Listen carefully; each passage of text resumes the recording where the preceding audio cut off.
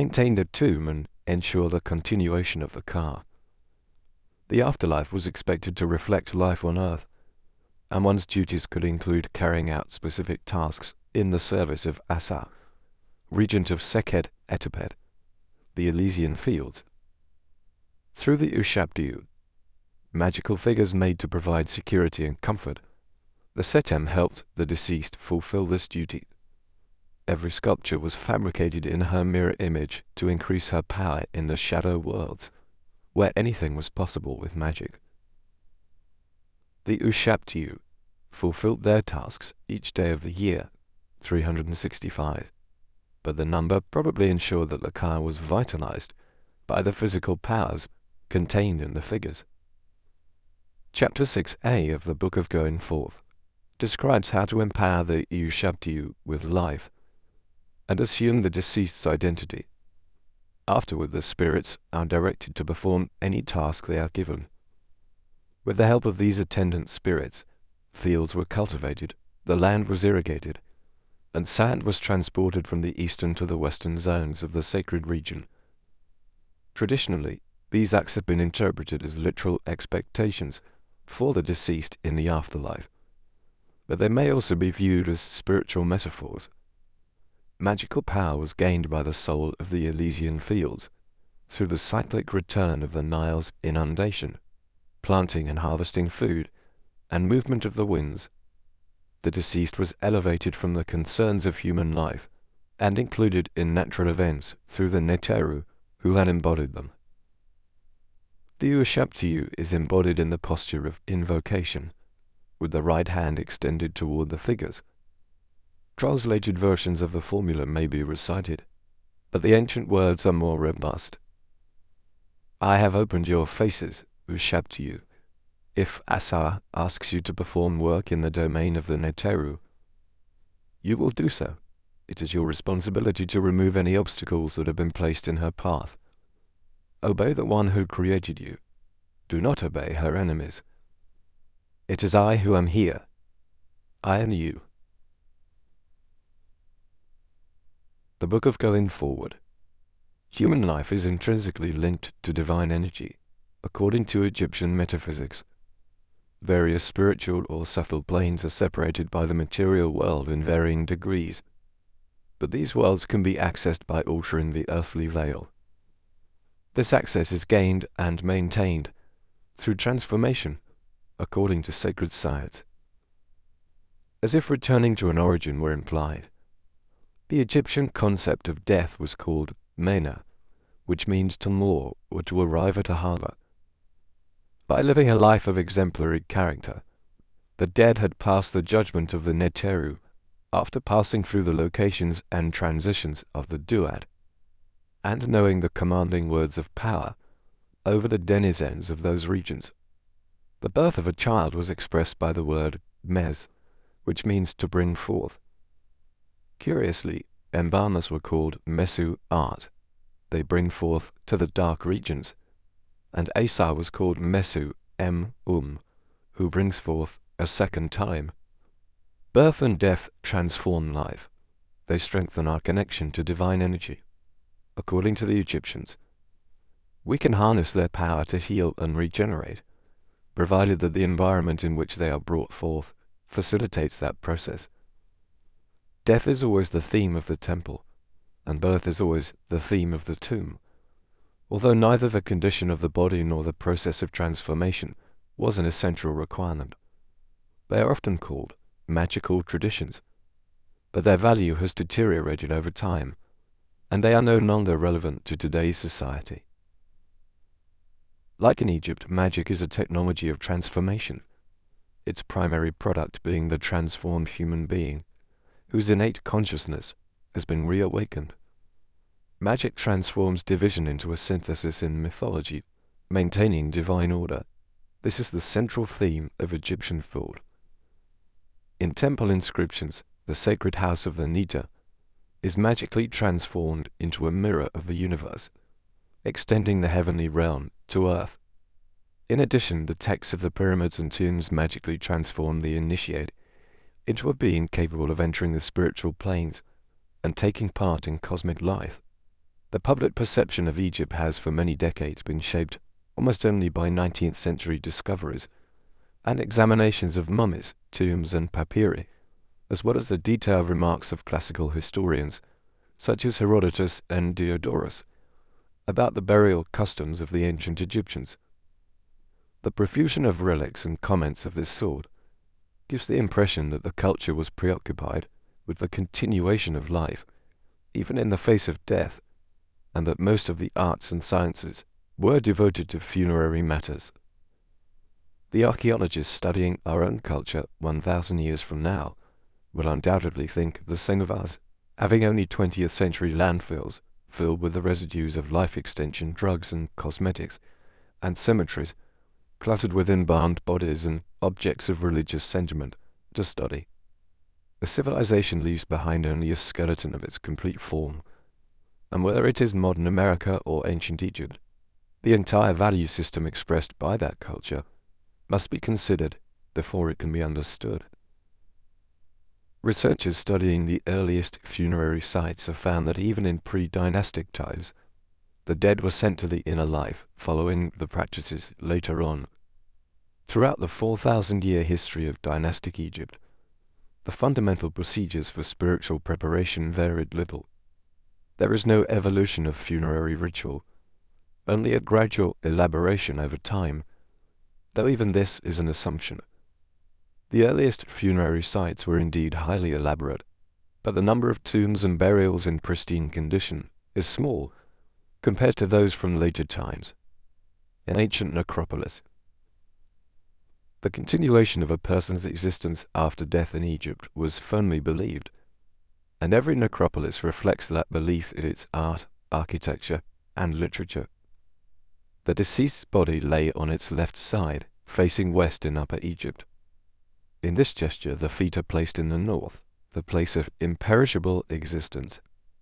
The dead in the delta are buried facing east, symbolically promising renewal like the sun and wandering stars.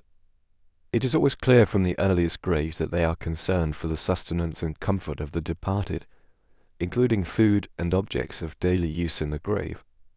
In Egypt's history, the earliest grave sites are found at two major burial sites, Saqqara, near the delta district of Lower Egypt, and Abydos, in the valley of Upper Egypt. Both lie on the west bank of the Nile, also known as the region of the dead. Early on, it was customary for those able to make the journey to maintain cenotaphs at both great mortuary complexes, Abydos in the south and Saqqara in the north. Old-timers believed that the god-kings in old times originated in the mortuary complex near Abydos, in the ancient town of Abedju, near Men-Nefer, Memphis.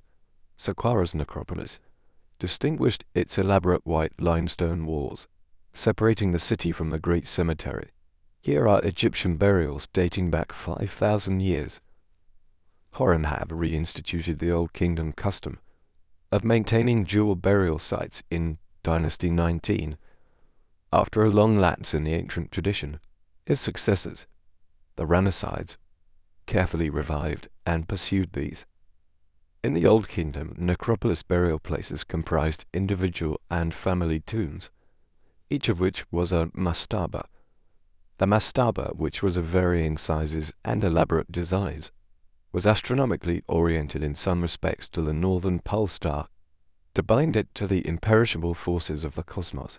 During the annual funerary celebrations and the lunar cycle, the necropolis priests presented offerings to living visitors within the chambers of the structure, which housed the dead. Besides the formal rooms, the mastaba contained other rooms adorned with formulae, intended to ensure the stability of the spirit in the inner life. During the Old Kingdom, spells and rituals were usually illustrated, which has been misunderstood in modern times. Depending on the literal translation of the figures, the deceased may have led an army, hunted marshlands, practiced veterinary medicine, and collected taxes, all seemingly unrelated professions for one individual. Despite this, the illustrations are metaphorical and can be found in every period tomb and every class of people. Each scene represents a spiritual reality, expressed in earthly terms, much as the corporeal world was viewed as a mirror of the cosmic one. As a symbol of overcoming the adversary, leading an army was like hunting in an ancient marsh, and collecting taxes was like balancing accounts to pay one's moral debts. Following periods of anarchy during which ancient tombs were desecrated, rock-cliff tombs in remote locations were designated as burial sites by the royal house and its clans to ensure their isolation from such events later. Their layout was like the mastaba, with a reception hall, formal rooms, and a burial shaft cut deep into the rock. Under the mastaba, the dead were buried in shafts dug deep into the rock. As a result, the traditional mortuary complexes of earlier times were eventually superseded by crypts in the valleys of Egypt in the New Kingdom. Tomb architecture reflects the same design used for all classes throughout dynastic history. The shadow world's terrain. 6 sacred areas are clearly vilified, while the 7th is the sarcophagus. In the stairwell or entrance of the mortuary are often depicted the names and titles of the deceased and scenes of entering the West, or the inner life, greeting or presenting offerings to the Neteru. During the Old Kingdom, the living could pass through this area. Often found here are inscriptions from the Negative Confession. The first chamber of the corridor of the tomb has reliefs claiming hymns to the sun, perhaps depicting the sun's journey through the hours of night and day. Ceilings are often adorned with representations of the heavens, the stars, and Decan gods. These inscriptions symbolize a deceased person's initial entry into the sky region. The Old Kingdom's necropolis chambers were usually open to the family or priests of the necropolis, and included an offering table for funerary goods. The walls display scenes of baking, beer making, and the slaughtering of animals, all symbolic of the living maintaining the spiritual life of the deceased as the sojourner begins his ascent. Can niches hold the sanctuaries of the inner life spirits, the first to be encountered on the spiritual journey? The Book of the Duat is carved into the walls of the Ramesside tombs, serving as a guide through the various regions and paths that the deceased might encounter. In the Old Kingdom, the second chamber was called the third passageway of Nita, or sanctuaries, where the Neteru of the East and West repose. In the Old Kingdom, this was typically the Per Ka, or the chamber where the dead entered to gain sustenance and return to the spirit world. Egyptologists believed it was a chamber where the royal guard stood watch during aristocrats' funeral ceremonies. Funerary goods are also kept in niches here, with inscriptions depicting the manufacture of the articles: metalworking, bead-making, carpentry, weaving, and glass-blowing. A scene from the Final Judgment is engraved in the Middle Kingdom.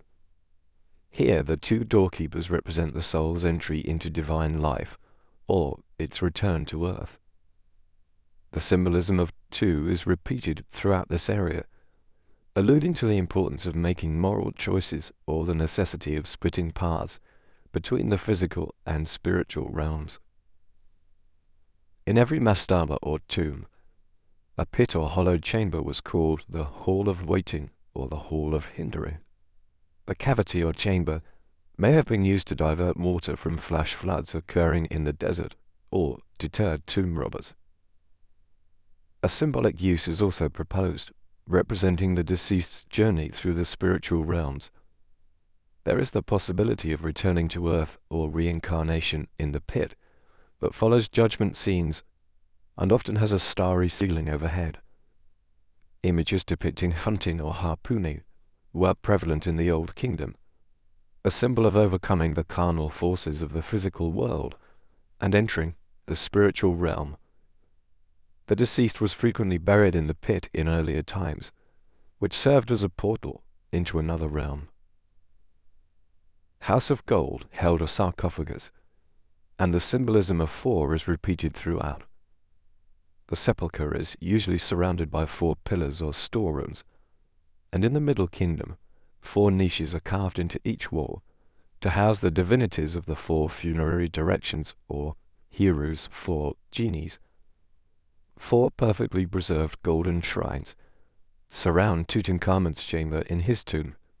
It is another starry sky above, with Nut Nita of cosmic birth overhead. Inscriptions in this chamber depict stages of transformation passed by the deceased, from forms of bird and insect kingdoms to ossirification and birth scenes as a child of the Neteru.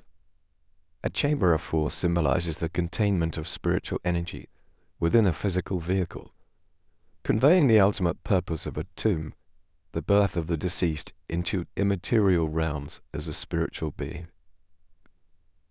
As the last or 7th chamber of the tomb, a sarcophagus is usually carved from a single monolithic block of rare stone. Alabaster, red sandstone, and granite are commonly used. To ensure that the journey between the many realms of the inner life is not hindered by antagonistic forces, spells and hymns are written on the sarcophagus walls. Based on the evidence, none of the alleged builders of the 35 significant pyramids in Egypt were buried within them. A few sites have yielded funerary remains that were found to have been used as tombs for individuals. Pyramids as tombs are almost evenly divided among Egyptologists. While there is no conclusive documentation for the pyramids serving essential funerary functions, all agree that they did. On the West Bank, the place of sunset and the cessation of light at dusk symbolize a gateway to the inner life. A recent discovery that the pyramid shape preserves organic material lends credence to the belief that the pyramids may have enhanced mummification. Several mortuary temples near the pyramids support the concept that a vast complex of functions, burial was one part, administered at the necropolis. Symbolically, Nut enfolds the deceased in her arms, absorbing their souls into her body by spreading herself over them. Cult of the funerary. Funerary tradition in Egypt was a well-developed system in which all levels of society took part, from peasants to royalty. Besides the funeral itself, members of the family or paid clergy repeated various ceremonies for the deceased. In Egypt, this phenomenon has been described as either a funeral cult or an ancestral cult, overlooking the sociological aspects, which are well known. The completion of the mummification process marked the beginning of the deceased's journey to the sacred land. It was effected by the funerary rituals and feast, followed by the journey itself, undertaken with help from the funerary literature, priests and family members. To begin its arduous journey through the inner life, the mummy required symbolic restoration of vital functions before entombment. Funeral feasts were not limited to the departed. Through this rite of communion, the participants shared the new life entered by the person of second birth. This rite of communion forms the foundation of other religious concepts found in the Christian religion, which expresses the conversion of matter back into spirit through the partaking of bread and wine. Because of its transformative process, the rite empowers the communicant to join with divine life. Most agrarian societies maintain this spiritual view of food and express it through elaborate ceremonies of birth, weddings and funerals with ritual feasts, symbolically uniting participants through consuming foods with multiplied life-giving properties. Literature associated with funerals. During the foreign conquests of Egypt, wholesale plundering of tombs was an accepted mode of livelihood. Invasion by foreign peoples dates back to Dynasty 22, when Libyan chiefs swept through Lower Egypt. The extent to which sacred literature may have been lost in the quest for wealth is speculative, but there are examples from all periods that provide more than just a glimpse of the written funerary traditions. Late in the 19th century, Egyptology developed into an organized academic discipline. During the less restrictive rule of the Muhammad Ali dynasty, it was mainly because of the cooperative efforts of European and American universities. Although there were mutual antagonisms and tremendous technical difficulties, many Egyptian antiquities were saved that otherwise would have been lost or destroyed.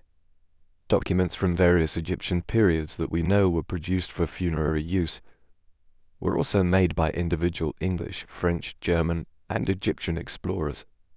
Mummies were found in tombs, on coffins, and wrapped in sarcophagi.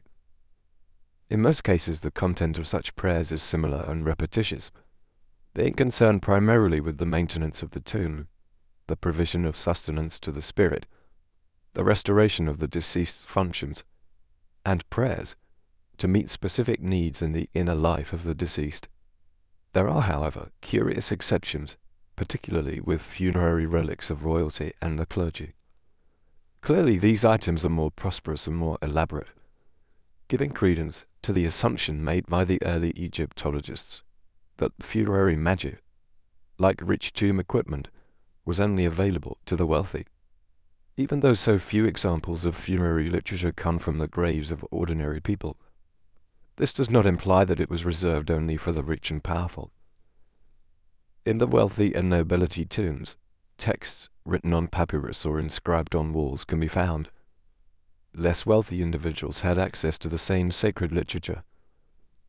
Portions may have been recited during the embalming process, much like today's Catholic Requiem Mass for the deceased. During the annual Great Offering ceremony, the funerary priests read other parts of the liturgy over a grave or over the entire necropolis.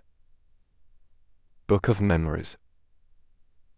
Through the Ka image, both the Book of the Opening of the Mouth and the Liturgy of Funerary Offerings are essential funerary books.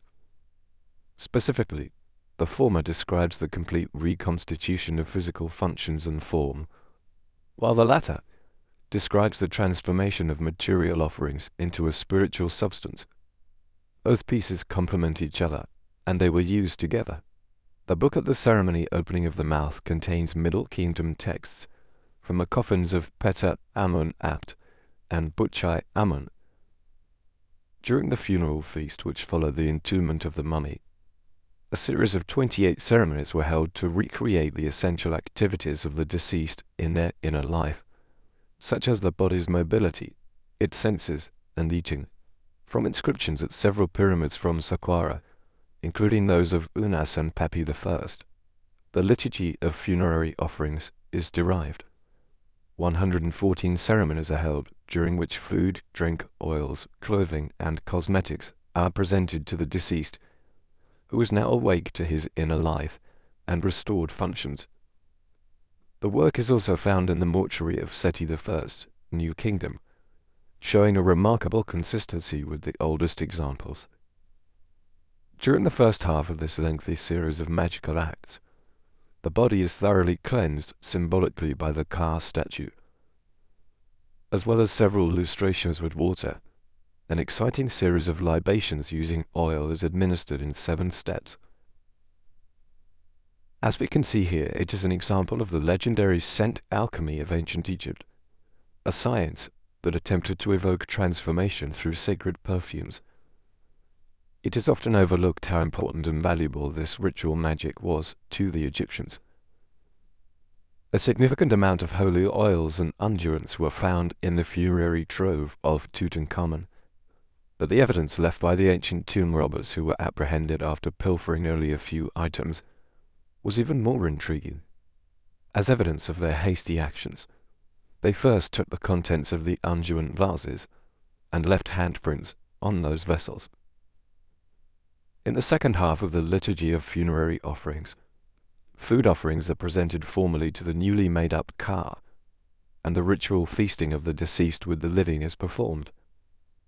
In both works, operations were performed on the Ka statue, but Egyptologists claim that the recipients of both ceremonies were the mummified bodies, possibly because of a lack of magic. The instructions, however, are self-explanatory, and the papyri and tomb walls clearly show the Ka statue played an essential role. Accordingly, the modern assumption that the Egyptians believed in a literal, physical resurrection after performing the ceremonies on their bodies is incorrect. In the transformation cycle, disintegration and decay are necessary stages. Despite being identified as funerary in spirit, both ceremonies are recorded as being performed in rites embodied images of the Neteru and notable ancestors, such as the legendary Imhotep of the Old Kingdom. This can be observed in the ritual of the divine cult, recorded at Karnak, where these ancient ceremonies were not reserved only for burial, but could also confer the functions of the living on disembodied entities. Interaction between two living complexes of eternal life and cyclical renewal. During Egypt's dynastic history, the funeral ritual was predominantly Osirian, and the myths clearly describe how the Osirified responded to purification, restoration, and feeding rituals.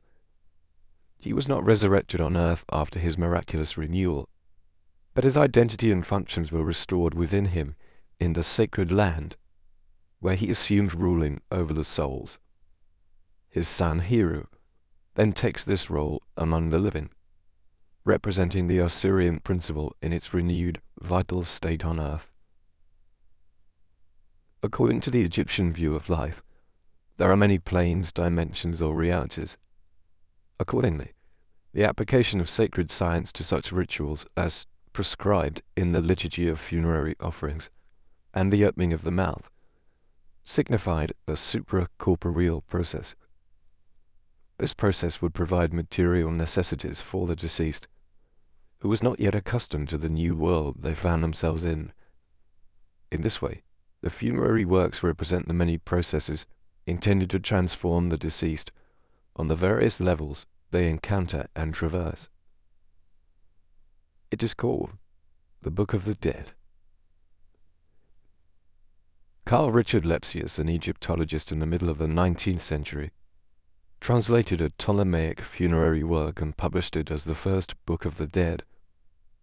There are 192 separate pieces of hymns, spells, and spiritual instructions from this one source, augmented by subsequent Egyptologists. Most notably were Plate, Neville, Wallace Budge, and Allen, translated into other papyri, coffin inscriptions, and tomb inscriptions.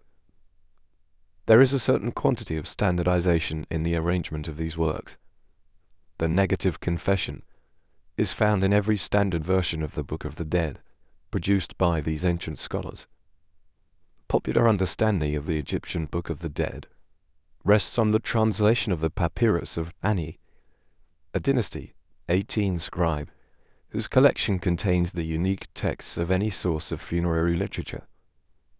This work was compiled by the eminent Sir E. A. Wallace Budge, a prolific Victorian-era researcher of Egyptian and Assyrian artifacts at London's British Museum. He translated many funerary works, and did so in an intelligent, if not poetic way. In contrast, other books of the dead emphasize only exact word-for-word translation. The result is that even hymns and prayers are soulless, yet scholarly. Altogether, over 200 magical formulae and prayers have been assigned to Ani's book, which has also been deemed to represent the authoritative body of funerary liturgy for its time. According to Egyptologists, there are 4 recensions to this Book of the Dead. Each revision represents one of 4 different epochs that can be arbitrarily determined from the material uncovered by excavations until the beginning of the 20th century. Text from the pyramids of Saqqara, Old Kingdom sources, Dynasty 5 pyramids. Egyptologists maintain that the Dynasty 5 pyramid of Unas at Saqqara is the first pyramid to be inscribed and the primary source of the pyramid texts. Also, it is the primary source extant of the Heliopolitan cosmogony, which predominated when the Unas pyramid was believed to have been built, 3500 BCE. Stellar symbolism dominates, but solar elements are also prominent. The chambers of the Unas pyramid contained 283 chapters of classical hieroglyphic text.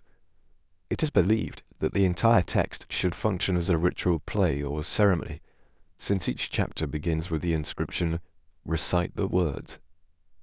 Descriptions are rendered in low relief and filled with turquoise blue paste. The Dynasty 6 monuments of Teti, Papi I and II, and Mer-en-Ra, providing 759 recitations, are other sources at the Saqqara necropolis. but provide texts in the same genre and period. The pyramid texts show the king's spiritual synthesis with cosmic life. Celestial phenomena and names are frequently invoked, as the royal person is incorporated into the divine scheme as the sun and star are. I am brought over to the far eastern side of the sky, where the Neteru fashioned me, wherein I was born, young and new. Number 264. Utterance. Middle Kingdom. The Theban Recension. Most of the Theban Recension can be found in the Dynasty 18 papyri of Nu, Ani, Nebseni, and Anhai. A British Museum document describes the Sekhet Ayaru and Sekhet Hetepet heavens, showing the highly complex topography of the inner life, on which later works elaborate. Coffin texts are inscriptions found on coffins and inside tomb chambers of the same period, included in the Theban Recension.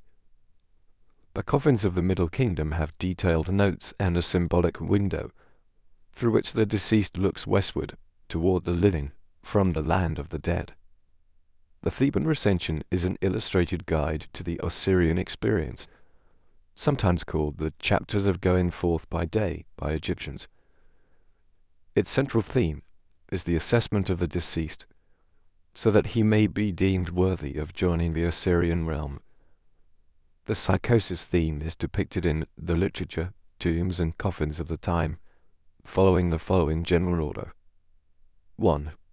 A great river like the Nile must be crossed by the initiate. It stands between the initiate and the kingdom of Assar.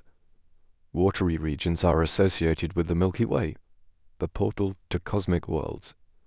Stellar refers to the celestial migration of the soul, as depicted in the pyramid texts. 2. After passing through the 12 circles, the initiate must proceed to the next step, as the soul seeks entry into the bark of Ra. The theme of this phase is solar, and is filled with images of adversarial forces that impede its progression. The sun's 12 hours of pitch black or night surround the part of the dead, representing the zodiacal realms. 3. The initiate then enters the hall of the judgment, the holy chamber.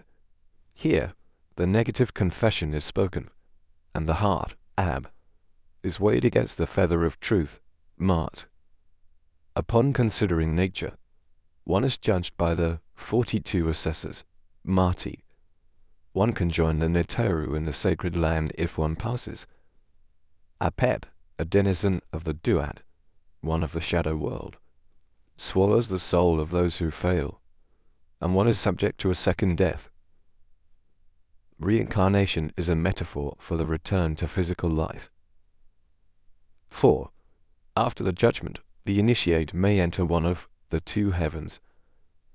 Asar's Elysian fields, Sekhet Hetepet, contains 14 arts or regions, while the bark of heaven, Sekhet Yaru, comprises 7 arits or divisions, also known as the Great Gates.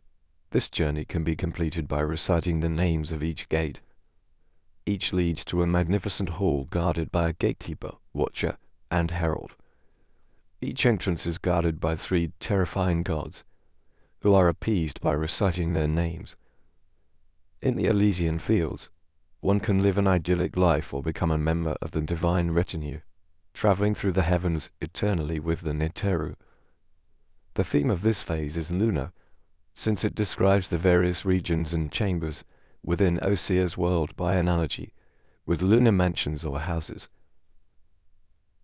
Redaction of Theban texts from the late period. This version contains documents dating after Dynasty 20. Although similar to the Theban Recension, it does not show a fixed order of chapters.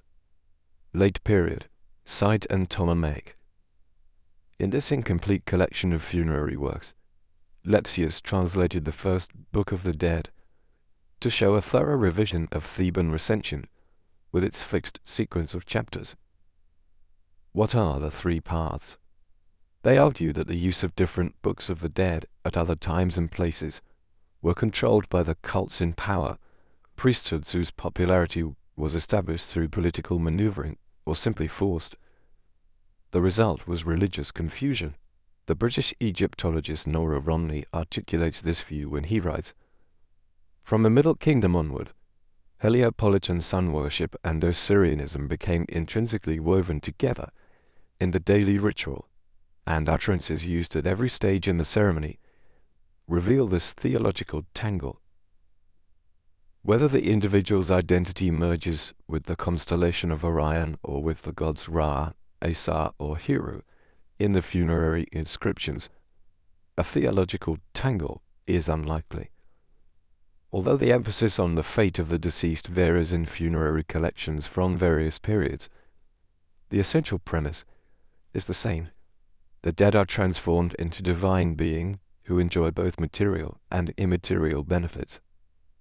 These cosmic cycles of Taurus, Aries, and Pisces, the epochs encompassing dynastic Egypt, offer an interpretation of the three paths described by the Egyptians as three transformations of the soul. These three paths aligned thematically with the stellar, solar, and lunar concepts emphasized in funerary literature, showing the recipient's spiritual destiny. By applying a symbolist approach, these versions of funerary literature can be linked to the last three equinoctial periods of the processional Great Age. Stellar, the Old Kingdom, in texts from this era, the individual is described as an entry point into cosmic life as a star. The goal is to transform from human to divine existence. Under ancient bloodlines, this distinction is the birthright of the royal progeny, especially the one closest to the Neteru. Non-royal persons have also taken part in this spiritual synthesis.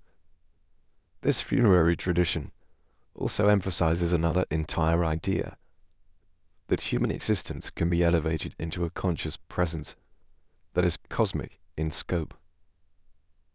The Old Kingdom's pyramid texts also express many solar concepts, that these are subordinate to the goal of entering the firmament as equal to the Neteru. In the Taurian era, the stellar theme predominates, but enigmatically, salient elements are revived and disclosed by Hermetics of Egypt's last Renaissance, the Greco-Roman period. From the Middle to the New Kingdom, Solar Horian, the goal of this literature is mastery of two opposing worlds, the physical, Set, and the spiritual, Hiru. While some transformational experiences are expressed, the acquisition of magical power through mastery of adversarial forces is the central theme.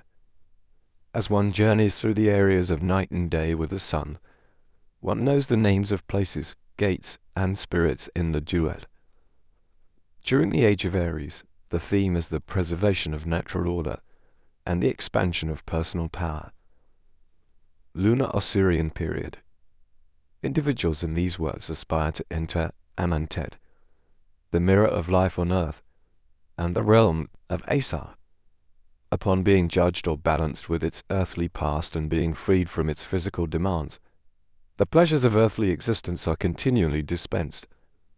In the lunar stages of incubation and transformation, the initiate becomes Osirified and elevates his physical nature. The goal expressed in the Age of Pisces is continuity of consciousness between these states or transitions. These three themes, stellar, solar Horian, and lunar Osirian, all represent spiritual paths that determine the nature and scope of the post-mortal journey. If any of these themes articulated the spiritual sojourn of the deceased, then funerary literature, tomb decoration, and sometimes body preparation would be adapted accordingly. Apart from the historical and cosmic epochs that define these metaphysical destinations, other undetermined factors may have contributed to their fusion at a particular historical juncture in Egyptian history. Book of Ramesside. These works, dating to the beginning of the New Kingdom in Dynasty 19, are distinct from the period's funerary literature and Egyptian history. Combining philosophical, magical, and deeply religious themes, they articulate the deceased's stellar, solar Horian, and lunar Osirian objectives. According to the pyramid writings of the Old Kingdom, the cosmogony of the Ramesside books is derived from the Heliopolitan stellar theme. This archaic tradition was seriously revived under Horemheb, the founder of Dynasty 19. Contrary to the centuries-old pharaonic line of Theban nobles he replaced, he may have been motivated by his ancestral roots. He was from a region of the delta near Heliopolis. There is also a possibility that Horemheb's renaissance was also in response to the religious chaos unleashed on all levels of Egyptian society by his predecessor, Akhenaton, who instituted a fundamentalist view of the solar cosmology with the literal practice of sun worship. In the aftermath of the catastrophic period, funerary imagery returned to the ancient stellar cosmogony, merging it with the solar theme of the deceased traveling through cosmic realms, as established by sunset and sunrise. Royal funerals of the period portray imposing solar Horian images, with the ascending king assuming the role of Heru the Avenger and vanquisher of darkness. However, the funerary compositions of the Ramesside period are also balanced with lunar Assyrian concepts, which articulate organic metamorphosis through cyclic transformations. Together, the Ramesside sacred texts show a distinctive approach to spiritual symbiosis. The lunar Assyrian experience purifies the physical form through cyclic processes and enlivens it. It incorporates the stellar theme to lift the soul to the cosmic realm of Neteru, and the solar Horian journey to ensure natural order and continuance. The following works are found in part or in the Ramesside tombs of Upper Egypt, mostly inscribed on the walls, sarcophagi, and ceilings of the mausoleums of Ramesses I through the 9th, Seti I to the 3rd, Thutmoses III, Horemheb, and Meremptah. These works are also found at the Osirian, a ritual precinct near Abydos temple, with no funerary significance. Starting at the tomb entrance and moving toward the sarcophagus chamber, the texts were typically arranged. 1. The Litany of Ra. 2. A Book of Caverns. 3. The Gates of Heaven Book. 4. The Divine Cow Book. 5. The Book of What Happens in the Shadow World. 6. The Book of Day. 7. The Night Book. Ra's Litany. Ramesside tradition is primarily stellar and solar Horian. Through its words of power, it strives to invite transformation into the solar principle. The litany enumerates the sacred names of Ra at the entrances to many of the Ramesside tombs. 75 invocations are recited, each of which depicts one of the forms of Ra. Their purpose is to provide the king, who has been Osirified, with the second transformation as the solar principle by recapitulating the sun's primordial genesis and the acquisition of forms symbolized by the divine names. There are several sources for the litany, including the shroud of Thutmose III, the mausoleum of Nefertari in the valley, and many dynasties' 18 coffins. Shat and Kereret, Book of Caverns. As this work is inscribed in the Osirian of Abydos and several Ramesside tombs, but is uncommon as a funerary work, there is a probability that it was not intended strictly for funerary use. It comprises 6 divisions that represent 6 processes or transformations, as well as registers that describe a region with 29 caverns. Quereret also means envelopes or cocoons. The relationship between the 29-day synodic lunar month and the caverns suggests a cycle of organic gestation. First, the sojourner enters the region, and Ra reveals himself as to its master. I know your names, your secrets, and your caverns. I know what you live from when you are regent. The shadow world orders you to live. When you hear the utterances of the Osirified, your throats breathe. When I pass through the shadow world, your souls are powerful. You are influential in your caves. When I enter the west, I can hear from you. Let me call you by your name. Introduction to the Book of Caverns. The Book of Gates describes the journey of the royal soul through the 12 gates of the West, now embodied in the body of the sun god. Gate 1 is entered from the Nile, as the sun bark travels west along the celestial river. Gate 6 leads to Asar's judgment hall. At Gate 12, the eastern vestibule is opened, and the soul is reborn at dawn with the sun. Ra descends into the region of Asar and revives the Nita of the dead, with words of power and the light of his disk in his book. The work is clearly alchemical because of these horrific images, revealing how light transforms flesh into the regenerated matter. Those who oppose the sun are thus destroyed, their heads, hearts, souls, and shadows are consumed in fiery cauldrons. A Book of Gates, or pylons, Shat and Sebekhed. It is a work of solar Horian art engraved on the alabaster sarcophagus of Seti I and the corridor walls leading to the Osirion at Abydos. The material is believed to have ancient origins and is intensely magical. There is a celestial river with a right and left bank, and there are 12 gates, each guarded by a serpent. The sun bark of Ra traverses the river by entering the west horizon. The gates of Horemheb are depicted as barriers. In the 4th division, a curious register describes the origin of the 4 races according to the Egyptians, who came into being through the actions of the Neteru. In the Book of Gates, the deceased has become part of the sun, travelling on the sky's bark to the mountain of the west, where they receive power symbols. The consequences of immoral acts are articulated throughout the 12 pylons, followed by regeneration and birth into a new cycle. The sojourner approaches a sacred pool of fire, inhabited by a divine cobra at the 5th gate. The deceased has authority over this gate, as Ra informs the being in this region. O you Neteru, guard this holy pool that grants water to the who presides over the silent region. Its water is meant for the Osirified, its freshness for this one. The flame of your breath and your magic are directed against the souls of those who may come near the Osirified with evil intent. Divine Cow, a Book of Wisdom.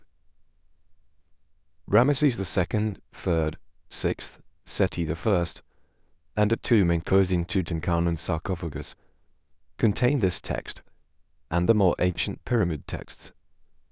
The legend of the destruction of humanity is also known as the legend of the destruction of society. The text is usually engraved in a small chamber, accessible through the tomb's hall of columns. The legend provides a fictional account of the origin of humans, and the genealogy of the Neteru of the sky, and their relationship to life on earth. The story describes Ra's displeasure with men and desires to depart from the sky. The Neteru eventually restore order and allow Ra to govern the heavens peacefully after humans are punished. The text contains another legend called the Chapter of the Divine Cow. The newt is the sky spirit symbolized by the divine cow, whose milk feeds the cars of all living things and manifests in the Milky Way region. Sky travelers can use this text to destroy the cosmic serpents that obstruct Ra's path during his celestial journeys at a timeless time. Ra also promises to transmit the words of power that guarded him against these attacks to Asar and his magicians. Ancient Egyptian snake charmers were believed to possess the ability bequeathed by the arcane revelations of this work for thousands of years. Egyptians believed that the recitation of the legend passed on to magical power. Ra becomes imbued with Nita's force. If he meets other requirements, he must bathe in Nile water, wear new white sandals and linen clothing, and be anointed with sacred oil after a 9-day purification. During the ceremony, incense must be burned, and the image of Ma'at must be painted on the tongue in green ink. A priestess who assumes the role of a serpent goddess will also accompany him on the journey to protect him from any denizens he might encounter. The Shadow World Book. Anduat or Shatanduat. Among the works of Dynasty 19, Turin Papyrus is an early version of the New Kingdom's text. The Egyptian tradition was called the Book of the Secret Chamber, and it should initiate a select few into the realm of inner life. The Ramesside version is unique. 12 chapters describe the 12 hours of night darkness, when the sun passes through the duat. Our goddess and the warder or gate of each division are sacred names. In the 5th hour, an alchemical scene depicting the soul as Sokar merging with the sun shows the soul awakening from within its region.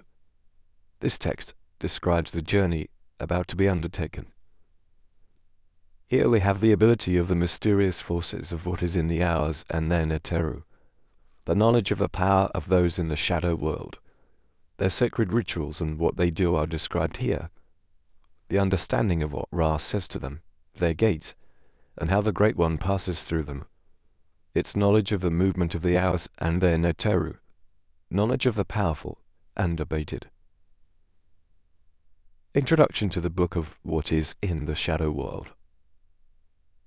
The most complete version is found in the tomb of Seti I in the Valley of the Kings, and highly detailed art is in the tomb of Ramesses VI at its exact location.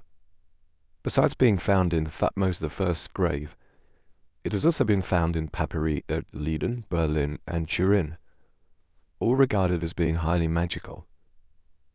According to scholars, the work only reflects the theology of the Amun priesthood of Upper Egypt, conservators of Theban cosmology.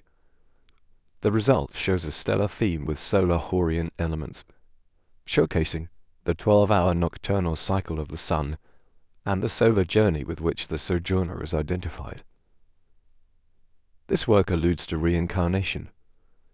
In the 12th hour, we see the bark of the sun being towed backward by beings entering the night serpent's body from its tail. In the mouth, the aged figures become younger and emerge as newborns, while the sun is transformed into Khepri, who flies into the sky. Book of the Sky. Ramesside's books include several cosmological texts, often called astronomical ceilings, because of their location. The Book of Day is featured in several places on the ceiling of Ramesses VI's tomb. It describes the 12 hours of the diurnal cycle in which the reborn sun, the king, as a winged scarabaeus, is brought forth in the east by Nut, assisted by Orset and Nebthed. As a solar divinity, the king describes the appearances, names, and descriptions of the hours in hymns. The divine inhabitants of the sky welcome the king, now Anita, and his bark passes through each hour. Several places in Ramesses VI's tomb bear inscriptions for the Book of Night, intended to be used with the Book of Day. The text derives from Old Kingdom sources and describes the nocturnal journey of the sun after it has disappeared behind the western mountain. Besides listing the 12 hours and their names, the 36 decans are defined in terms of their heavenly locations. Akhu, transfigured spirits, and the deities of the cardinal points are also present. An allusion to reincarnation is represented during the 12th hour.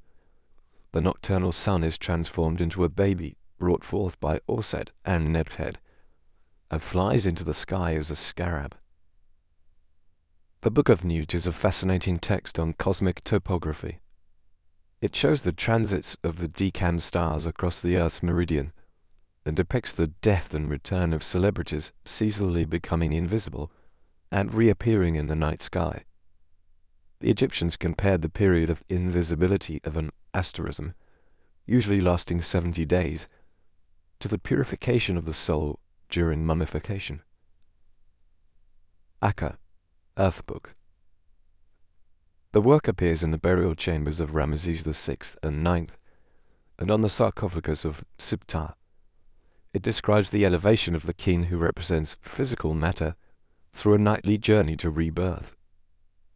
A new consciousness is gained through this journey, allowing past and future conditions to be known. The book has 4 parts. Alchemical.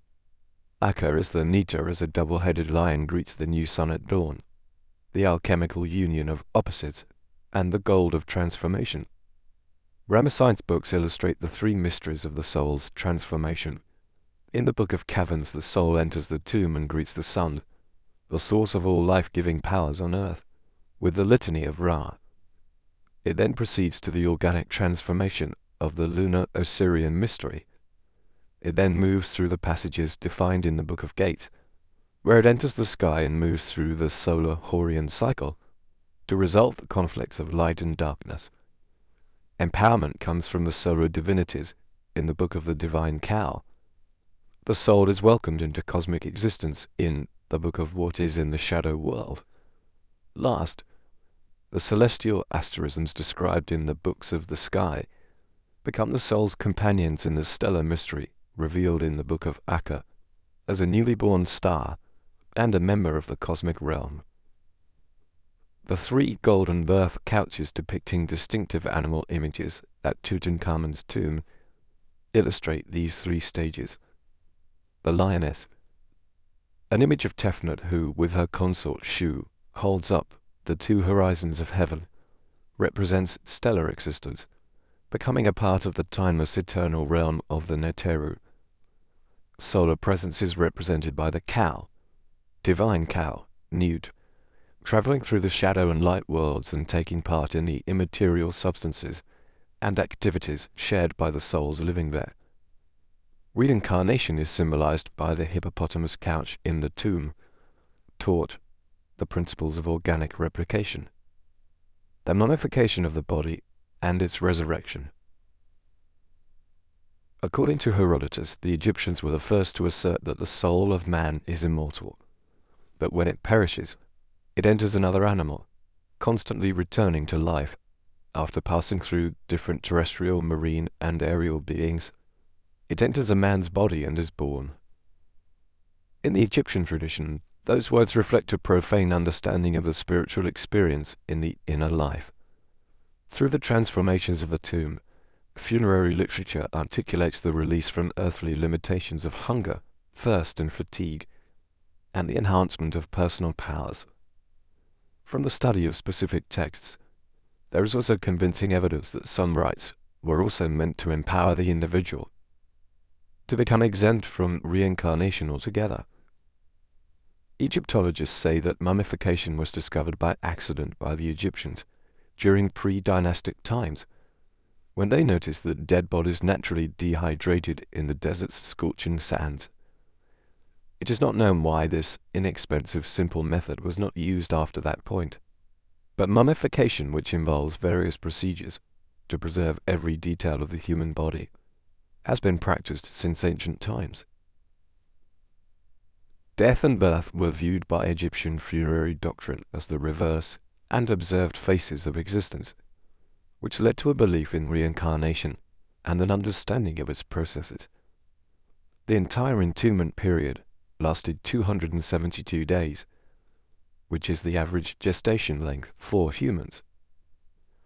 During the annual cycle of Decan stars, the mummification process lasted 70 days. It was often compared to the constellation Orion, which descended into the duat or invisible atmosphere in midwinter and was reborn in spring. As a motif of cyclic return coincident with the stars, Assyrian themes of nationalism and reappearance were revived. Egypt's philosophy does not view eternal life as the continuation of the physical form. As opposed to the corruption of matter, it is thought to be a condition characterized by the continuance of consciousness. In funerary works, the deceased achieves and maintains this reality, and the elaborate funerary rituals, including mummification, are the means. The purpose of mummification was not to preserve the body but to transform it into cosmic states. Initiatory literature follows the same formula, emphasizing the use of innate consciousness to master the realities that the initiate enters after being freed from the physical realm. Both literature classes share a similar symbolism and goal. Sacred beings, birds, and other animals are represented in the writings as metaphorical for the soul's flight or descent into supra-corporeal realms. As a result, we find a common language used in the two funerary and initiatory philosophy systems that imply more than a shared vernacular.